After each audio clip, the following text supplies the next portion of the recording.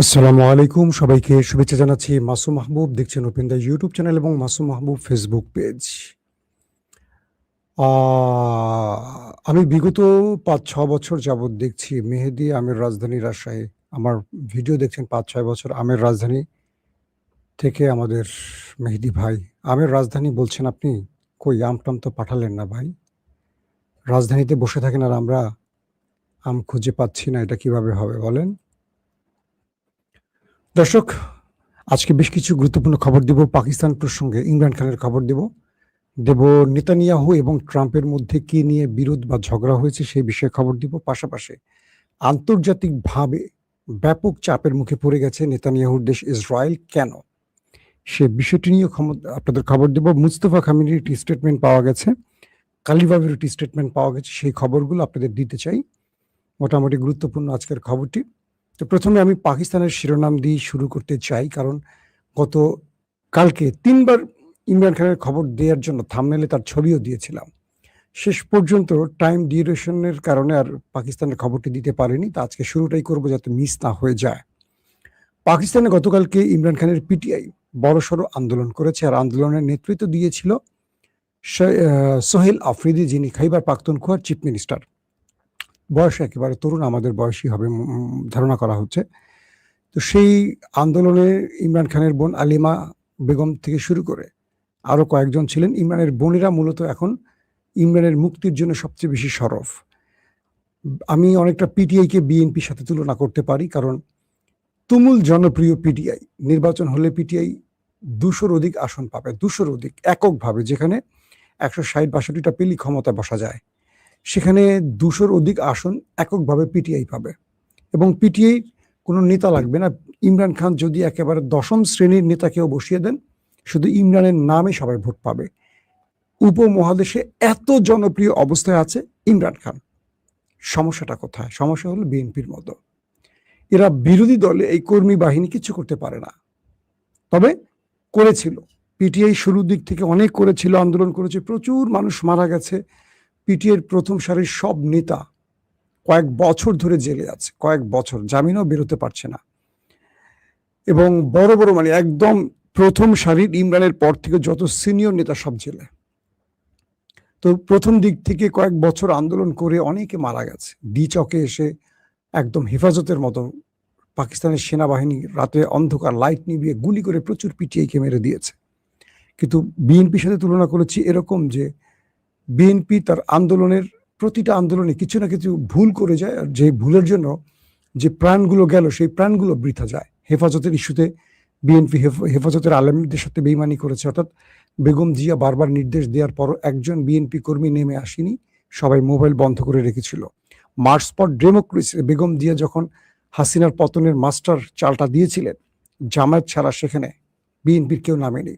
এবং আমরা দেখেছি বালুর ট্রাকের সেই গল্প, এরকম অনেকগুলো আন্দোলন হয়েছিল, বিএনপি সেই জায়গায় ভুল করেছে। তো পিটিআইয়ের মধ্যে ঠিক একইভাবে ইমরানের মুক্তির জন্য পিটিআই বড় বড় আন্দোলন করেছে, হাজারো না লাখো নেতাকর্মী কয়েক শত কিলোমিটার পার হয়ে খাইবার পাখতুনখোয়া, করাচি, পাঞ্জাব থেকে ছুটে গিয়ে পুরো ইসলামাবাদ ঘিরে ফেলেছে। কিন্তু নেতারা আস্তে করে কেটে পড়েছে, সেনাবাহিনীর ভয়ে কর্মীরা জীবন দিয়েছে, অনেকটা বিএনপির মতো, যেটা বলছি। তো ইমরান খানের মুক্তি ক্রমান্বয়ে কঠিন হয়ে পড়ছে, কারণ এই কর্মীরা যখন দেখতে পাচ্ছে যে নেতারা আর আমাদেরকে মাঠে নামিয়ে তারা থাকছে না, তারা আতাত করে ডিল করে কেটে পড়ছে, আমরা গুলি খেয়ে মারা যাচ্ছে, তখন কর্মীদের মধ্যে একটা কি বলবো যে অনাগ্রহ তৈরি হয়েছে, তারাও এখন মাঠে নামতে চায় না। তো ইমরানের বোন, ৩ বোন আছেন, তারা প্রতিদিনই ইমরান খানের সাথে দেখা করার চেষ্টা করছেন, কিন্তু রাষ্ট্র ইমরান খানের সাথে দেখা করার সুযোগ দিচ্ছে না, মানে এস্টাবলিশমেন্ট। এক কথায় আসিম মনির। ইমরান জেলে কেমন আছেন, তার একটা চোখ প্রায় অন্ধ হয়ে গেছে, তিনি শারীরিকভাবে অনেক অসুস্থ, তারপরও তার পরিবার আইনজীবী কেউ দেখা করতে পারছেন না তার সাথে। এমন অমানবিক দৃশ্য উপমহাদেশে হয়তোবার আর দ্বিতীয়বার আমরা দেখিনি কোথাও। এর মধ্যে খাইবার পাখতুনখোয়ার চিফ মিনিস্টার অনেকটা চাপে পড়ে একটা আন্দোলন শুরু করেছিলেন গতকালকে, এবং সেখানে ব্যাপক লড়াই সংগ্রাম পুলিশের সাথে পিটিআই কর্মীদের মধ্যে হয়েছে। অবশেষে পাকিস্তানের আইনজীবীরা আদালত ঘেরাও করে সেখানে আন্দোলনের ডাক দিয়েছে। পাশাপাশি সোহেল আফ্রিদি, যিনি চিফ মিনিস্টার, তিনি এই আন্দোলনকে বৃহৎ আন্দোলনের দিকে নেয়ার জন্য ঘোষণা দিয়েছেন। এখন ইমরান খানের মুক্তিতে এক সোহেল আফ্রিদি কতটুকু পারবেন জনগণকে টেনে এনে আন্দোলনকে সফল করতে, নাকি আসিম মনিরের ভয়ে আবার তিনিও কুচকে যাবেন, সেটাও প্রশ্ন থাকবে। এর আগে আলী আমিন গান্ডাপুরি, যাকে বলা হতো ইমরান খানের পর দ্বিতীয় সাহসী ব্যক্তি, তিনি গোপনে সেনাবাহিনীর ভয়ে অনেকটা আঘাত করে ফেলেছেন। অর্থাৎ পাকিস্তানের পুরো রাজনীতিটা কন্ট্রোল করে সেনাবাহিনী। এখানে সেনাবাহিনীর উপর আসলে কিছু করা যায় না। বাংলাদেশে এক 1-11 আমরা দেখছি না, সব দল কেমন কাচুমাচু হয়ে গেছে। তবে বাংলাদেশের সেনাবাহিনী পাকিস্তানের সেনাবাহিনীর মতো সবসময় রাজনীতিতে ভূমিকা রাখে না। তারা হয়তো কোনো একটা পক্ষকে সমর্থন দেয়, কিন্তু এরকম ভূমিকা পালন করে না যেটা পাকিস্তান সেনাবাহিনী করে। তো এখন ইমরান খানের মুক্তির জন্য পাকিস্তানে আবার নতুন করে আন্দোলন সৃষ্টি হচ্ছে। শীঘ্রই পার্লামেন্ট অচল করা, আদালত ঘেরাও করা এবং রাজপথে একটা জোরালো ভূমিকা পালনের জন্য আবার ঐক্যবদ্ধ হচ্ছে পিটিআই, এমনটি পিটিআইয়ের পক্ষ থেকে জানানো হয়েছে। আমরা দেখতে চাই শেষ পর্যন্ত তারা ইমরান খানকে মুক্ত করতে পারবে কিনা। আসেন দ্বিতীয় গুরুত্বপূর্ণ খবর। দ্বিতীয় গুরুত্বপূর্ণ খবর হলো ফ্রিডম ফ্লোটিলা। ইউরোপ থেকে একটি বিশাল কি বলবো স্বেচ্ছাসেবীদের গ্রুপ নৌপথে তারা এসেছিল ফিলিস্তিনের ত্রাণ দিতে, সাহায্য পাঠাতে। তুরস্ক, স্পেন এবং ইউরোপের বিভিন্ন দেশ থেকে মানবাধিকার সংগঠন, স্পোর্টস, অভিনেতা, মানে যারা অরাজনৈতিক ব্যক্তিত্ব, তারা কয়েকশো নৌযান নিয়ে, কেবল তুরস্কে দিয়েছে 50টির অধিক নৌযান, এগুলো নিয়ে তারা ফিলিস্তিনের উদ্দেশ্যে রওনা হয়। পথে এদেরকে ইসরায়েলের নৌবাহিনী আটক করে তুলে নিয়ে যায়। এরপর ইউরোপের এই বিভিন্ন নাগরিককে তারা চোখ বেঁধে, হাত বেঁধে বিভিন্নভাবে নির্যাতন করে এবং এই ছবিগুলো আবার ইসরায়েলের গণমাধ্যম প্রকাশ করে এবং বেন গাভির, তাদের সবচেয়ে দুষ্ট মন্ত্রী, তিনি সেখানে যায় এবং সেই সব ইউরোপীয় লোকদেরকে ভৎসনা করে। এই বক্তব্য, এই ভিডিওগুলো পুরো পৃথিবীতে প্রচার হয়েছে। এরপরে নড়েচড়ে উঠছে ইউরোপ, কারণ ইউরোপের যে নাগরিকরা ফ্রিডম ফ্লোটিলাই করে এসছিল ফিলিস্তিনের উদ্দেশ্যে, তাদেরকে এই অপমানজনক, লজ্জাজনক শাস্তি দেওয়ার জন্য প্রত্যেকটি ইউরোপীয় দেশ ইসরায়েলের রাষ্ট্রদূতকে তলব করেছে এবং এটার কড়া জবাব দিয়েছে এবং ব্যাখ্যা চেয়েছে। এবং এই জন্য ইসরায়েলের উপর ব্যাপক ক্ষেপেছে এবার ইউরোপ। তারা বলছে আমাদের নাগরিকদেরকে এইভাবে অন্যায়ভাবে লজ্জাজনক শাস্তি দেওয়ার অধিকার তোমাকে কে দিয়েছে। অর্থাৎ এক বাক্যে বলতে পারি পুরো ইউরোপ এবার ক্ষেপে উঠছে ওই দেশটির উপর। এটি হলো একটি দেশের মানে শিরদাঁড় উঁচু করার যে বিষয়টি থাকে, মাথা উঁচু করা জাতি, তারা কারো কাছে নত হয় না। যেমন বাংলাদেশে কোনো একজন নাগরিককে কোনো দেশে অপমান করলে আমাদের সরকারের কিচ্ছু যায় আসে না। আগে সরকার চিন্তা করে সে আওয়ামী লীগ না বিএনপি না জামাত। যদি বিএনপি হয় একরকম, যদি আওয়ামী লীগ হয় আরেক রকম। অর্থাৎ যে সরকারে থাকে সে দেখে এটা আমার দলের কিনা, আমার দলের লোক ধর্ষণ করলেও সে বিনা বিচারে মাপ পেয়ে যাবে। এই দেশে এই জন্য যে ক্ষমতা আসে তার লোকেরাই বেশি টুনটুনি খাড়া করে, বুঝছেন না? দেখবেন যে এখন আওয়ামী লীগ, ছাত্রলীগের ধর্ষণ করতে শুনবেন এখন যত ধর্ষণের কাহিনী করবে একটা দলের লোক। কারণটা কি? মানে গত 15.5 বছর বিএনপির জিনিস খারায় নাই, জামাতের জিনিস খারায় নাই, খারাইছে, কিন্তু করে নাই কেন? তারা জানে যে আমার দল এখন ক্ষমতা নেই, আমি যেটাই করি ফেসে গেলে আমার অবস্থা খারাপ, বিচারে আমার কাহিনী খারাপ করে ফেলবে। আবার যখন ক্ষমতা আসে তাদেরটা বেশি খারায় কেন জানেন? আমার কে বিচার করবে, আমি তো দল করি, আমার নেতাই আমাকে বাঁচাবে। সেই জন্য তারা যত আকাম কুকামাতে সব করে। এটা হলো বাংলাদেশের রাজনীতির, যার ক্ষমতা, তার আধিপত্য, তার সন্ত্রাস, তার এই আকাম কুকামের পরিমাণ বাড়ে। তো ইউরোপ এবার ইসরায়েলকে চেপে ধরে বলছে যে তোমার এত বড় সাহস, তুমি আমার জনগণকে, আমার নাগরিককে এভাবে শাস্তি দিচ্ছ, তুমি কে? এটা নিয়ে সব ইউরোপীয় দেশগুলো তাদের অ্যাম্বাসেডরকে ডেকে এবার চরম আকারে ভৎসনা করেছে এবং তাদেরকে মানে যেটা বলার, কি বলবো, পররাষ্ট্রনীতির ভাষায় সেভাবেই বলেছে। দর্শক, ইন্টারেস্টিং আরেকটি খবর হলো যে ইসরায়েলের পার্লামেন্টে 110 আইন প্রণেতা তাদের যে পার্লামেন্ট ভেঙে দেওয়ার বিল, সেটি অনুমোদন দিয়েছে। একদম সরকারের বিরোধী দলের সব, কোনো বাধা ছাড়া প্রত্যেকেই এই পার্লামেন্ট ভেঙে দেওয়ার পক্ষে ভোট দিয়েছে। ইসরায়েলের 110 জন আইন প্রণেতা, আমরা যেটাকে বলি সংসদ সদস্য, তারা পার্লামেন্ট ভেঙে দেওয়ার, মানে এই নেতানিয়াহুর পার্লামেন্ট ভেঙে দেওয়ার পক্ষে ভোট দিয়েছে। এবং বলা হচ্ছে যে এর মাধ্যমে পুরোপুরি নেতানিয়াহুর প্রতি তার দেশের আইন প্রণেতারা অনাস্থা প্রকাশ করেছে এবং তারা দ্রুত মধ্যবর্তী নির্বাচন সেপ্টেম্বর নাগাদ একটি ভোটের আয়োজনের পক্ষে মত দিয়েছে। এখন এই ভোটের মাধ্যমে কি নেতানিয়াহু সরকার ভেঙে যাবে? না, এখানে নেসেটে আরো 3 দফা আলোচনা এবং ভোটাভুটি হবে, তারপর এটি চূড়ান্ত ফলাফলের দিকে যাবে। দর্শক, তার মানে আমরা এটুকু বুঝতে পারছি যে নেতানিয়াহু শুধু আমাদের না, পৃথিবী জুড়ে না, তার দেশের ঘরের মধ্যেও ব্যাপক চাপের মধ্যে রয়েছেন। ইরানের সাথে যুদ্ধের পর তার অবস্থা খুবই করুণ। তাকে এই বছরের সেপ্টেম্বর বা অক্টোবরে বিদায় নিতে হচ্ছে এবং তাকে বিচারের মুখোমুখি হতে হচ্ছে, এটা কনফার্ম থাকেন। দর্শক, সিএনএন-এর একজন গুরুত্বপূর্ণ সাংবাদিক বারাক রাবিট, আবারও বলছি বারাক রাবিট, CNN 24 এরকম কয়েকটি চ্যানেলে তিনি লিখেন এবং কথা বলেন, একজন গুরুত্বপূর্ণ মানে ইন্টারন্যাশনাল লেভেলের সাংবাদিক। তিনি একটি সংবাদ ব্রেক করেছেন।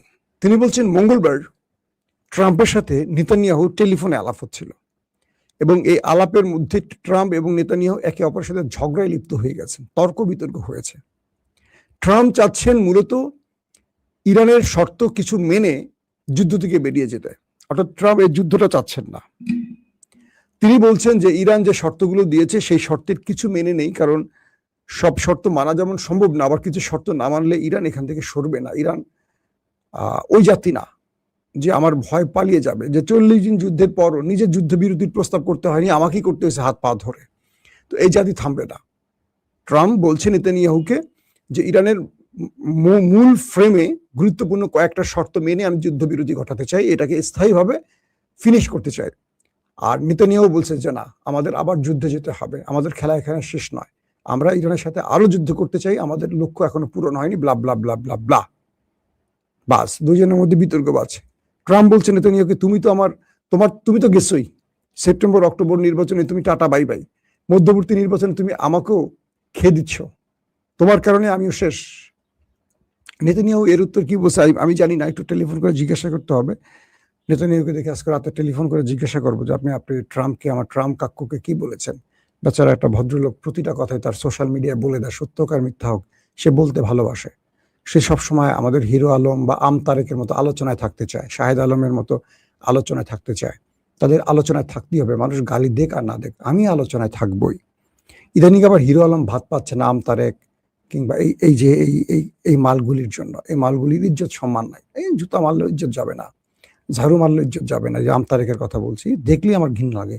এই কি টাইপের লোক, সবসময় দেখবেন যে কোথায় কি বলে, কখনো এটা কখনো ওটা। তার আমি একদিন পার্সোনালি তাকে জিজ্ঞাসা করছি, ভাই রাজনীতি করতে হলে আলোচনায় থাকতে হয়, অনেক আগের কথা সেটা, রাজনীতি থাকতে হলে আলোচনায় থাকতে হয়। তো সে আলোচনায় থাকার জন্য ইদানিং হিরো আলম খুব কষ্ট পাচ্ছে, কারণ এদের জন্য হিরো আলম আর ভাত পাচ্ছে না। হিরো আলম চিন্তা করছে, আয় হায়, আমার জায়গা তো বাংলাদেশের এই কুচি কাঁচা পলিটিশিয়ানরা দখল করে ফেলেছে, নুরুল হক নুরটুর এরা দখল করে ফেলেছে। তো এই বিষয়ের মধ্যে এখন যে বিষয়টি ঘটে গেছে সেটি হলো যে ট্রাম্প পাকিস্তানের মাধ্যমে আবারও ইরানকে চিঠি পাঠিয়েছে। ইরানকে বলছে যে তুমি আমার উপরে তো ক্ষুব্ধ, তোমাকে আমি তোমার এই শর্তগুলো মানতে আমি রাজি হয়েছি, তুমি এই শর্তগুলো ছাড় দাও আর এই শর্তগুলো আমি মানবো। তো এই চিঠিটা আমেরিকা পাকিস্তানের মাধ্যমে ইরানের কাছে পাঠিয়েছে। তো ইরান সেই চিঠিগুলো এখন মূল্যায়ন করছে। এখন পর্যন্ত ইরান পাল্টা চিঠি পাকিস্তানের মাধ্যমে আমেরিকার কাছে পাঠায়নি। যখনই পাঠাবে সেই চিঠিটা, তখন হয়তো আমরা জানবো যে ইরান আমেরিকার শর্ত মানছে কি মানে না, বা কোন কোন আমেরিকার চিঠিতে কি কি শর্ত দিয়েছে সেটা ইরানের বক্তব্যের মাধ্যমে আমরা জানবো। তার মানে একটা গুরুত্বপূর্ণ খেলা এখন আছে পর্দার অন্তরালে, সেটি হলো ইরান এখন কি রেজাল্ট দেয় আমেরিকাকে, সে তার উপরই ভিত্তি করে যুদ্ধটা স্থায়ীভাবে থামবে অথবা যুদ্ধটা শুরু হবে।